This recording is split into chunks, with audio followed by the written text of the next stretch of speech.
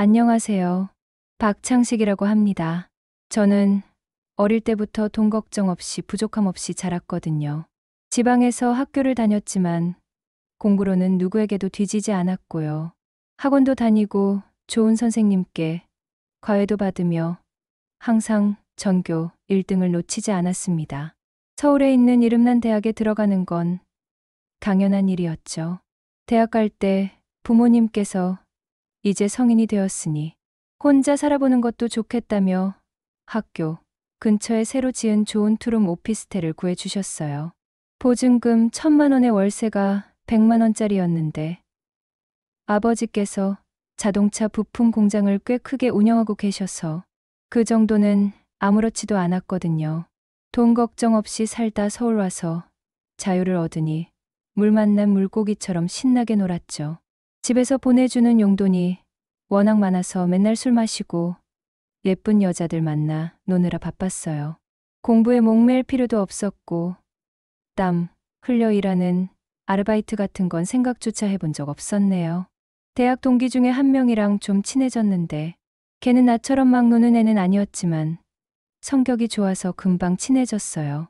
같이 수업도 듣고 가끔 과제도 했지만 대부분은 여자들과 어울려 다녔어요. 그렇게 1년을 대학 캠퍼스에서 먹고 놀기 바빴네요. 연애도 그때 정말 많이 했어요. 하지만 제 인생이 한순간에 무너진 건 바로 아버지 사업이 부도가 나면서부터였습니다. 원래 잘 나가던 회사였는데 사업을 너무 확장하려다 무리하게 돈을 끌었으면서 조금만 버티면 될 위기를 넘지 못하고 순식간에 무너진 거였죠. 집안에는 법원에서 붙인 빨간 딱지들이 나붙었고요. 아버지는 결국 구치소 신세까지 지게 되셨어요. 그렇게 저희 좋은 시절은 끝이 났습니다. 겨울방학이 시작되자마자 저는 앞날이 캄캄했습니다. 다음 학기 등록금은 어떻게 마련해야 할지, 월세랑 생활비는 또 어떻게 해야 할지 막막했거든요. 집에서 돈이 한 푼도 나오지 않으니 뭐라도 해야 했습니다. 난생 처음으로 편의점 아르바이트를 시작했는데 태어나서 손에 물 한 방울 안 묻히고 편하게 살았던 저에게 알바는 정말 극한 직업 그 자체였습니다. 12시간씩 꼬박 서서 일하고 오면 종아리가 퉁퉁 붓고 온몸에 근육통이 왔지만 이를 악물고 버텼어요. 그동안 너무 편하게 살았으니 이런 시련이 오는구나. 정신 차리자. 이대로 무너질 순 없다고 속으로 수십 번도 더 다짐했죠. 하지만 아무리 허리가 휘도록 알바를 해도 월세 100만 원 내고 밥이라도 사 먹고 나면 등록금 낼 돈은 턱없이 부족하다는 사실을 깨달았을 때 정말 절망스러웠습니다. 대학 등록금이 그렇게 비싼 줄 그때 처음 알았네요. 월세는 어쩔 수 없이 뒤로 미룰 수밖에 없었습니다. 그렇게 2달째 월세가 밀렸을 때였습니다. 주인 아주머니에게서 전화가 왔어요. 창식 학생, 월세가 2달째 밀렸는데 언제 줄 거야? 아주머니 목소리는 차가웠죠. 저는 목소리를 최대한 작게 내며 사정했습니다. 네, 죄송해요. 아줌마, 집에 갑자기 큰 문제가 생겨서 지금 당장 돈이 너무 없어서요. 문제? 그게 나랑 무슨 상관이야. 월세는 계약대로 제때 내는 게 당연하잖아. 아주머니는 단칼에 잘랐어요. 정말 죄송합니다. 저 보증금 1,000만 원 넣어둔 거 있잖아요. 거기서 2달치 월세 먼저 제하고 다음 달부터는 꼭 제때 낼게요. 제발 한 번만 봐주세요. 저는 거의 울먹이며 빌었습니다. 아주머니는 잠시 아무 말이 없다가 얄밉게 말씀하시더군요. 보증금에서 까는 건 원래 안 되는 건데 내 사정이 딱하니까 내가 특별히 봐주는 거야. 대신 다음 달부터는 월세 5만 원 올려서 105만 원씩 내야 해. 괜찮겠어? 밀린 월세를 보증금에서 까주는 대신 매달 5만 원을 더 내라니. 속으로는 이게 무슨 황당한 소리야 싶었고 아주머니가 정말 재수없다고 생각했지만 당장 방을 빼야 할 판이었으니 싫다고 할 수가 없었죠. 저는 힘없이, 네, 아줌마, 정말 감사합니다. 네, 그렇게 할게요. 하고 대답했어요. 하지만 아무리 알바를 해도 105만 원 월세 내고 밥 먹고 책이라도 사면 등록금은 꿈도 못 꾼다는 걸 다시 한번 절감했을 때 깊은 한숨이 나왔습니다.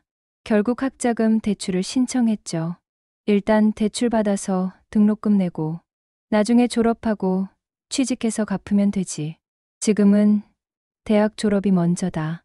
다행히 1년만 더 다니면 군대에 갈 예정이었고요. 그때까지는 어떻게든 버텨보자는 생각으로 학교 다니면서 알바로 조금씩 돈을 모아 나갔습니다. 그렇게 지내던 중 마른 하늘의 날벼락처럼 어머니가 갑자기 쓰러졌다는 동생의 연락을 받았어요. 아버지 회사 부도 후 큰 이모 댁에 얹혀 지내시던 엄마가 남의 집 허드레시를 돕다가 계단에서 굴러 다리를 크게 다치신 거였어요. 결국 그동안 제가 뼈 빠지게 알바해서 겨우 모아두었던 쥐꼬리만 한 돈은 엄마 병원비로 고스란히 다 들어가 버렸고요. 이제는 정말 당장 제 한 끼 식사조차 걱정해야 할 정도가 되었답니다. 그때였습니다. 주인 아주머니에게 다시 전화가 왔어요. 이번에는 목소리에서 짜증을 넘어선 불쾌감이 확 느껴지더군요. 창식 학생, 이번에도 월세가 밀렸네. 보증금에서 까는 것도 이제 한계가 있는데 또 2달이나 밀렸어. 저는 심장이 덜컥 내려앉았습니다. 목소리가 저절로 기어들어갔어요. 죄송해요, 아줌마. 정말 죽을 죄를 지었습니다. 다름이 아니라 이번에도 보증금에서 까면 안 될까요? 엄마가 갑자기 크게 다치셔서 병원비에 돈을 다 써버리는 바람에 정말 지금 가진 돈이 한 푼도 없네요. 제발 한 번만, 딱 한 번만 더 봐주세요. 저는 전화기 너머 아주머니에게 필사적으로 매달렸죠. 아주머니는 단호했네요. 망설임 없이 단칼에 거절당했거든요. 안 돼. 더 이상은 못 봐줘. 이렇게 계속 월세가 밀리면 나도 손해야. 내 엄마 사정이 딱하긴 하지만 그게 내 월세랑 무슨 상관이야? 나도 봐줄 만큼 봐줬어. 그럼 저보고 어떡하란 말씀이세요? 저는 이제 정말 어떻게 해야 할지 몰라 막막함에 눈앞이 흐릿해졌습니다. 아주머니는 냉정하게 말씀하시더군요. 어떡하긴. 계약대로 안 되면 방 빼야지. 당장 집을 비워줘. 사실 그때는 순진했어요. 아싸, 잘 됐다. 내 형편에 월세 100만 원이 말이 되는 속인가 말이다. 이번 참에 고시원으로 옮기자 단순히 이렇게만 생각했죠. 하지만 현실은 너무나도 달랐습니다. 그럼 내일 당장 집을 비울까요? 창식 학생. 그게 지금 무슨 소리야. 계약서에 쓰여 있잖아. 방을 놓고 나가야 된다고. 네. 그건 저도 몰랐는데 그냥 나가면 어떻게 되나요? 당장 나가고 싶으면 월세 이달치에 소개비로 할 달치 월세를 더 내고 나가야 돼. 보증금 500만 원 남았는데 거기서 석 달치 월세를 더 빼야 나갈 수 있다니 당황스러울 수밖에요. 제 입장에선 차라리 6개월을 버티는 게 남는 장사였죠. 네, 아줌마. 제가 정말 잘못했습니다. 지금 학기 중인데 갑자기 방을 어떻게 놓고 나가요. 6개월 뒤면 군대에 가야 하는데 제발 그때까지만 어떻게든 제가 돈을 마련해서 밀린 거 다 갚을게요. 저는 마지막 희망을 걸고 애원했지만 아주머니는 꿈쩍도 하지 않으셨어요. 전화기 너머에서는 이미 결정된 일이라는 듯 딱딱한 침묵만이 흘렀습니다. 어떻게 해야 하나 아무리 머리를 굴려도 답이 나오질 않았죠.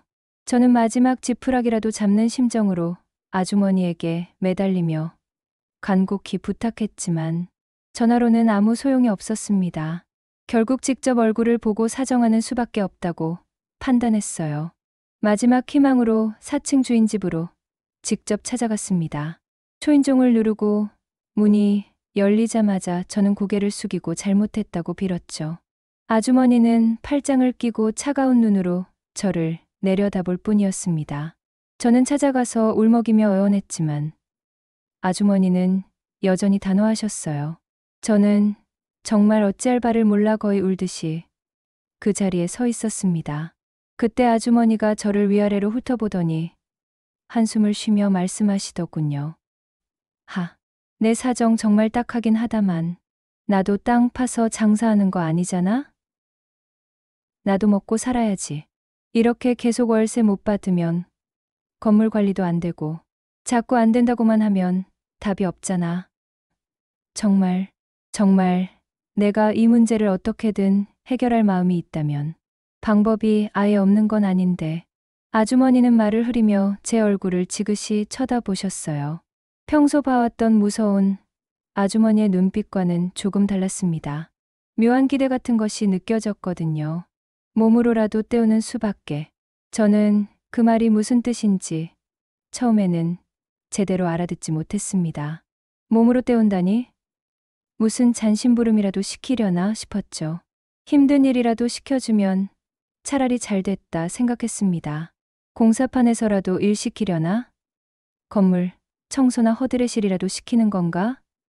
뭐든 좋았어요. 육체적으로 힘들어도 괜찮았고요. 월세만 해결된다면, 몸으로 때울 수 있는 일이라면 뭐든 하겠다고 마음먹었습니다. 그런데 뜬금없이 아주머니가 제게 믿을 수 없는 이야기를 했거든요. 나랑 연애를 하자고. 처음 그 이야기를 듣는데 온몸에 소름이 돋았죠. 순간 귀를 의심했습니다. 아주머니의 얼굴을 다시 보았어요. 실제 나이는 45살로. 그때 20살간 넘은 저보다 무려 25살 연상이었죠. 3년 전 남편과 이혼하고 혼자 살고 있다고 했는데 아줌마 치고는 외모나 몸매 관리를 꽤 잘하는 편이었고 깔끔하고 세련되게 꾸미는 걸 좋아하는 여자였어요. 알고 보니 친정이 워낙 부자라서 친정아버지가 돌아가실 때 이 원룸 건물을 통째로 물려받았다고 하더군요. 그래서 먹고 사는 데는 전혀 문제없어 보였고요. 돈 많은 여자가 혼자 산다고 하니 주변에 남자도 많다는 소문도 들렸습니다. 돈 많은 여자를 주변 남자들이 가만둘 리가 없었겠죠. 하지만 저랑은 다르잖아요. 45살 아줌마랑 연애라니? 엄마뻘 아줌마인데 아줌마가 미쳤나? 이게 무슨 농담이지? 하지만 그녀의 눈빛은 장난기가 없었습니다. 진지했죠. 평소 여자 만나 놀기 바빴던 저였지만 이건 제가 경험해 본 어떤 상황과도 차원이 달랐어요. 너무 충격적이었지만 지금 이 순간은 제가 너무나도 절박하고 아쉬운 상황이었어요. 당장 쫓겨나게 생겼으니 충격에 휩싸인 채 무턱대고 거절할 수는 없었죠. 저는 마지못해 떨리는 목소리로 간신히 물었습니다. 그럼 저는 어떻게 하면 되죠? 월세 안 내는 대신 계약 기간 동안 나랑 계약 연애하는 거. 어때? 계약 연애를요? 저는 혼란과 수치심 속에서 더듬거리며 다시 물었어요. 그래. 월세 대신 나랑 연애하는 거 바로 그거야. 뭐, 내가 손해볼 장사는 아닐 텐데. 아주머니는 제 얼굴을 똑바로 쳐다보며 말씀하셨죠. 그 눈빛에서 더 이상 무서운 집주인이 아니라 한 명의 여자로서 저를 원하는 느낌을 받았습니다. 속으로는 정말 억울함과 서러움, 수치심에 눈물이 쏟아질 것 같았어요. 갑작스러운 집안의 몰락과 이런 말도 안 되는 상황에 처한 제 자신이 너무 미웠고 그동안 아무 생각 없이 돈이나 펑펑 썼던 지난날이 뼈아프게 원망스러웠죠. 하지만 당장 이 방에서 쫓겨나지 않고 월세를 해결할 수 있다면, 이 지옥 같은 상황에서 벗어날 유일한 방법이라면, 몸으로 때울 수 있다면 이 수치심을 감수해서라도 버텨야겠다는 생각에 결국 그렇게 하겠다고 입 밖으로 이야기해버렸답니다. 저는 연애를 한다길래 그래도 혹시나 하는 마음에 같이 영화도 보고 맛있는 것도 먹고 손도 잡고 커피도 마시고 뭐 그런 건가 잠시 생각했습니다. 하지만 아주머니가 이야기한 연애는 제가 생각한 그런 순진한 게 아니었거든요. 네, 맞아요. 여러분이 생각하시는 바로 그 연애였어요. 밤이 되면 그녀의 호출의 주인 집으로 가야만 했죠. 일주일에 두세 번씩 저는 아주머니와 데이트를 해야만 했네요. 처음 며칠간은 온 세상이 무너지는 것처럼 슬펐고 우울했고 아줌마 생각만 해도 몸서리가 쳐졌습니다. 도망치고 싶었고 다 포기하고 싶었죠. 매일 밤 이불 속에서 소리 없는 눈물을 삼켰습니다. 그렇게 억지로 마지못해 아주머니의 부름에 응하며 시간이 흘렀어요. 그런데 사람은 정말 끔찍할 정도로 적응하는 동물인가 보더라고요. 언젠가부터 그 모든 게 익숙해지고 자연스러워지고 처음에는 억지로 했던 행동들이 인정하기는 싫었지만 시간이 가면서 저도 모르게 편안해지고 심지어 나쁘지만은 않았습니다. 아니, 그냥 더 솔직하게 말하자면 언젠가부터 저도 모르게 즐기고 있었던 것 같아요. 45살이라는 나이가 무색할 만큼 관리된 그녀의 몸과 저보다 훨씬 앞선 경험에서 우러나오는 능숙함은 제게 완전히 다른 이전에 상상조차 할 수 없었던 짜릿하고 강렬한 세상을 열어주고 있었거든요. 가끔은 그런 제 자신이 너무 혐오스럽고 경멸스럽기도 했지만 몸이 느끼는 감각은 속일 수 없었습니다. 주인 아주머니는 제게 완전히 다른 이전에 경험해보지 못한 세상을 열어주고 있었거든요. 저는 그렇게 풋내기 소년티를 벗고 점차 남자가 되어가고 있었죠. 그렇게 시간이 흘렀습니다. 대학교 2학년 2학기가 끝나갈 무렵 6개월이라는 시간이 흘렀고 군입대 날짜가 다가왔어요. 반계약도 끝내고 입대를 하면서 저는 그 아줌마에게서 완전히 벗어날 수 있을 거라 생각했습니다. 입대를 하게 되면 더 이상 아줌마에게 몸으로 월세를 떼울 필요가 없어진 겁니다. 마지막으로 방을 빼기 전 아주머니를 찾아갔습니다. 짐을 정리하고 나서는 길. 아주머니는 아쉬워하는 기색이 역력했고 눈가에는 눈물까지 글썽이시더군요. 창식아, 이제 진짜 가는 거니? 아주머니 목소리가 떨렸습니다. 네, 아줌마. 내일 입대해요. 아주머니는 제 손을 잡으셨어요. 군대 가면 고생 많이 할 텐데 몸 조심하고 휴가 나오면 꼭 아줌마 찾아와야 해. 알았지? 여기서 지낸 동안 아줌마는 정말 좋았어. 내 덕분에. 아주머니의 눈물 맺힌 얼굴을 보니 마음이 복잡했지만 저는 형식적인 대답을 했습니다. 이제 자유라 생각하며요. 네, 아줌마. 당연하죠. 꼭 찾아뵐게요. 그동안 정말 감사했어요. 대답은 그렇게 했지만 속으로는 이제 드디어 끝이구나. 이 지긋지긋하고 복잡한 관계에서 벗어나는구나 생각했어요. 인사치레였죠. 하지만 군 입대를 하고서야 저는 예상치 못한 감정을 마주하게 되었습니다. 낯선 환경, 빡빡한 훈련, 매일 반복되는 단체 생활 속에서 저는 전에 없던 외로움과 공허함을 느꼈어요. 예전처럼 여자들을 만나 가볍게 놀 수도 없었고 속마음을 털어놓을 친구도 마땅치 않았습니다. 밤마다 침상에 누워 잠 못 이루고 뒤척일 때 이상하게도 그 아줌마 생각이 많이 났고 보고 싶었죠. 처음에 혐오감과 수치스러웠던 기억들 사이에 아주머니와 함께했던 순간들이 묘하게 아늑하고 때로는 강렬한 쾌감으로 뒤섞여 떠올랐습니다. 특히 지치고 외로울 때마다 아주머니가 채워주었던 만족감과 편안함이 간절하게 떠올랐어요. 저도 모르게 펜을 들어 아주머니에게 편지를 썼죠. 군대 생활이 힘들다는 이야기, 그리고 아주머니는 잘 지내시는지 궁금하다는 짧은 안부를 담아 아주머니 댁 주소로 보냈답니다. 그리고 첫 휴가를 나왔을 때 저는 망설임 없이 아주머니를 찾았습니다. 보고 싶었다는 마음도 없지 않았겠지만 솔직히 말하자면 그보다는 그동안 군대에서 억눌려 있던 제 욕정을 풀고 싶었던 게 훨씬 컸어요. 군대라는 억압된 환경에서 벗어나자 가장 먼저 떠오른 건 아주머니가 채워주었던 그 강렬한 쾌락이었거든요. 이유야 어찌되었던 그 아줌마는 제게 있어 복잡한 현실과 군 생활의 고단함 속에서 벗어날 수 있는 또 다른 저만의 휴식처가 되어 있었죠. 초인종을 누르자 문이 열리고 군복 입은 저를 본 아주머니의 얼굴에 환한 화색이 돌았습니다. 눈물을 글썽이며 저를 반가워하는 모습에 조금 놀랐어요. 창식아, 세상에 이렇게 찾아와 줄 줄 몰랐네. 정말 보고 싶었어. 아주머니는 저를 품에 안고 등을 토닥였습니다. 품이 따뜻하고 익숙했죠.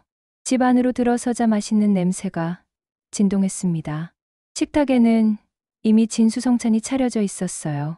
인삼에 녹용 등 온갖 좋다는 한약재가 들어간 한방 달백숙부터 윤기가 흐르는 한방 갈비찜, 그리고 정성 들여 만든 다양한 반찬들까지. 돈이 많다는 건 알고 있었지만 이 정도까지일 줄은 몰랐습니다. 그녀는 마치 군대에서 돌아온 아들을 맞이하는 어머니처럼, 아니 어쩌면 그보다 더 극진하게 저를 대접했죠. 주변에 남자도 많다더니 정말 저한테 이렇게까지 하나 싶을 정도였어요. 밥을 먹으며 저는 슬쩍 물었습니다. 아줌마, 왜 이렇게까지 잘해주세요? 아주머니는 잠시 젓가락을 멈추고 저를 지그시 바라보셨어요. 눈빛에 애정이 가득했죠. 그리고 부드럽게 웃으며 말씀하시더군요. 그게 말이야, 창식아, 내가 군대 가고 나서 알았지. 아줌마한테는 너만한 남자가 없어. 다른 남자들은 채워주지 못하는 게 있어.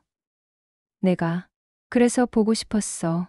묘한 분위기였습니다. 단순한 거래 관계에서 시작된 우리의 관계가 시간이 지나면서 저도 모르는 사이에 아주머니에게는 특별한 의미가 되었고, 저 역시 아주머니를 단순한 집주인 이상으로, 어쩌면 제게 필요한 존재로 여기게 된 것 같았어요. 이후 휴가 때마다 저는 당연하다는 듯 아주머니를 찾았습니다. 그녀는 저를 마치 기다리던 서방님처럼 반겼죠. 군대 생활 고생이 많다며 온갖 보양식을 차려주셨고요.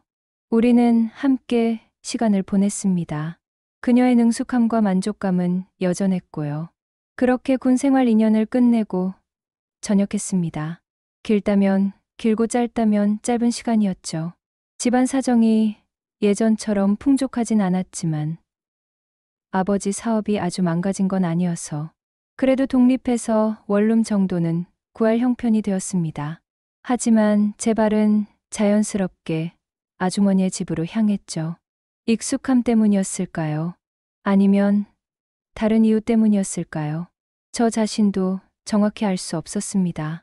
아주머니는 여전히 그 자리에 있었어요. 창식아, 정말 고생 많았어. 이렇게 건강하게 무사히 돌아와 줘서 고마워. 아주머니는 변함없이 저를 따뜻하게 맞아주셨습니다. 저녁 후 며칠 동안 아주머니 집에서 지내며 군대 이야기, 앞으로의 계획 등을 이야기하고 휴가 때처럼 온갖 극진한 대접을 받았습니다. 돈 걱정 없이 이렇게 편안하게 지내는 게 얼마만인지 새삼 느꼈죠. 그러다 복학 이야기가 나왔어요. 창식아, 이제 복학해야지. 공부마저 해야지. 아주머니가 물으셨습니다. 네, 해야죠. 다음 학기부터 복학하려고요. 그래, 잘 생각했어. 그럼 방을 구해야겠네. 저는 잠시 망설였습니다. 다시 자취방을 구하고 알바를 해서 빠듯한 생활비를 걱정해야 한다는 생각에 다시 막막함이 밀려왔어요. 그때 아주머니가 조심스럽게 하지만 진지하게 말씀하시더군요. 창식아, 그럼 우리 집에서 나랑 함께 사는 건 어떠니? 저는 순간 숨이 멎는 것 같았습니다. 네? 동거를 하자고요? 아주머니는 제 눈을 똑바로 보며 말씀하셨어요. 눈빛이 흔들림이 없었죠. 그래, 내가 방구에서 혼자 지내려면 월세나 생활비가 다시 부담스러울 거야. 아줌마가 내 사정 모르는 것도 아니고 나야 이 건물에서 월세가 꼬박꼬박 들어오니 먹고 사는 건 문제없지만 내가 혼자 힘들어하는 거 아줌마는 못 봐. 그녀는 저를 설득했습니다. 마치 당연한 일을 말하듯이요. 여기서 지내면 편하잖아. 삼시세끼 아줌마가 다 챙겨줄 거고 빨래며 청소며 다 해줄게. 월세도 당연히 안 내도 되고 넌 그냥 공부만 열심히 하면 돼. 아줌마는 내가 옆에 있어주면 좋고. 그렇긴 하죠. 현실적인 이득이 너무나 컸습니다. 편안한 생활, 돈 걱정 해방. 하지만 이 관계의 본질, 함께 산다는 것의 의미를 모르는 것도 아니었죠. 저는 용기를 내어 물었어요. 그럼 그렇게 지내면 저희 관계는 부부처럼 지내는 건가요? 아주머니는 제 질문에 부드럽게 웃으며 제 손을 잡으셨어요. 아줌마는 혼자 지내는 게 얼마나 외로운지 몰라. 내 젊음이 좋고 내가 옆에 있는 게 좋고 너도 아줌마가 필요하고 아줌마도 내가 필요하잖아. 서로에게 좋은 거잖아. 그녀는 말을 이었죠. 그리고 내가 부담스러우면 딱 대학 졸업할 때까지만이라도 어때? 졸업하고 내가 좋은 직장 잡고 돈 많이 벌어서 내 자리 잡으면 그때 당당하게 독립하면 되잖아. 그때까지만 아줌마랑 같이 편하게 지내자. 응. 너도 좋고 나도 좋고 서로에게 좋은 거잖아. 그 말이 묘하게 설득력이 있었습니다.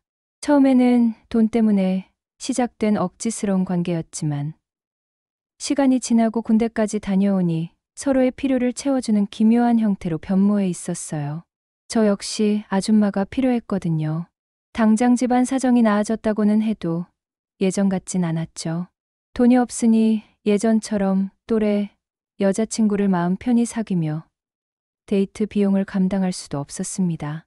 그렇다고 혼자 좁은 원룸에서 빠듯하게 지내자니 다시 막막해지고 외로워질 것 같았어요.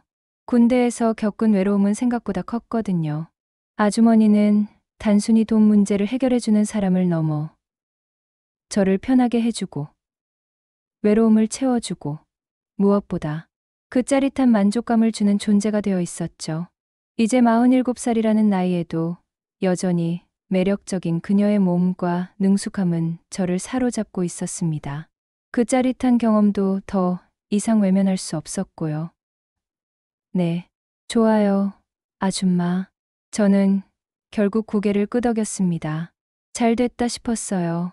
어차피 졸업까지 2년 남짓이었으니 그동안만이라도 아주머니 신세를 지며 편하게 학교를 마치자고 생각했죠. 그렇게 저는 아주머니와 본격적인 동거를 시작했습니다.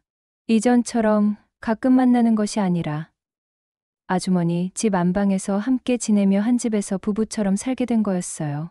아주머니는 약속대로 아침, 점심, 저녁 삼시세끼 따뜻하고 맛있는 밥을 차려주셨고요. 매달 용돈도 넉넉하게 꼬박꼬박 챙겨주셨습니다. 복학 등록금은 물론이고 필요한 학원비나 용돈까지 시원하게 보태주며 제가 공부에만 집중할 수 있도록 지원을 아끼지 않으시더군요. 이제 저는 월세나 생활비 걱정 없이 그 흔한 알바 한 번 하지 않고 편하게 대학 생활을 이어갈 수 있게 되었답니다. 주변 친구들은 제가 집에서 여유 있게 지원받는 줄 알았지만 사실은 아주머니 덕분이었죠. 우리의 관계는 여전히 세상의 잣대에서는 이해받기 힘든 기묘한 것이었습니다. 처음에는 돈 때문에 시작된 관계였고 이후에는 월세 때문에 이어진 반강제적인 부분도 있었지만 이제는 서로의 필요와 익숙함 그리고 그 특유의 만족감 때문에 유지되고 있었어요. 아주머니는 더 이상 무서운 집주인이 아니었고 저는 더 이상 억지로 데이트를 해야 하는 학생이 아니었습니다.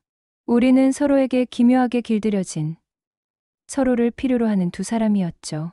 저는 아주머니 품에서 현실의 고단함과 외로움을 잊었고 아줌마는 저를 통해 젊음과 활력 그리고 어쩌면 사랑이라는 감정까지 느끼고 있는지도 몰랐습니다. 매일 밤 그녀의 품에 안길 때마다 저는 복잡 미묘한 감정에 휩싸였어요. 아주머니의 따뜻한 밥상과 밤마다 이어지는 그녀와의 연애는 제게 세상 어떤 것과도 바꿀 수 없는 안식처가 되어 있었으니까요. 모든 관계에는 서로의 필요가 존재한다.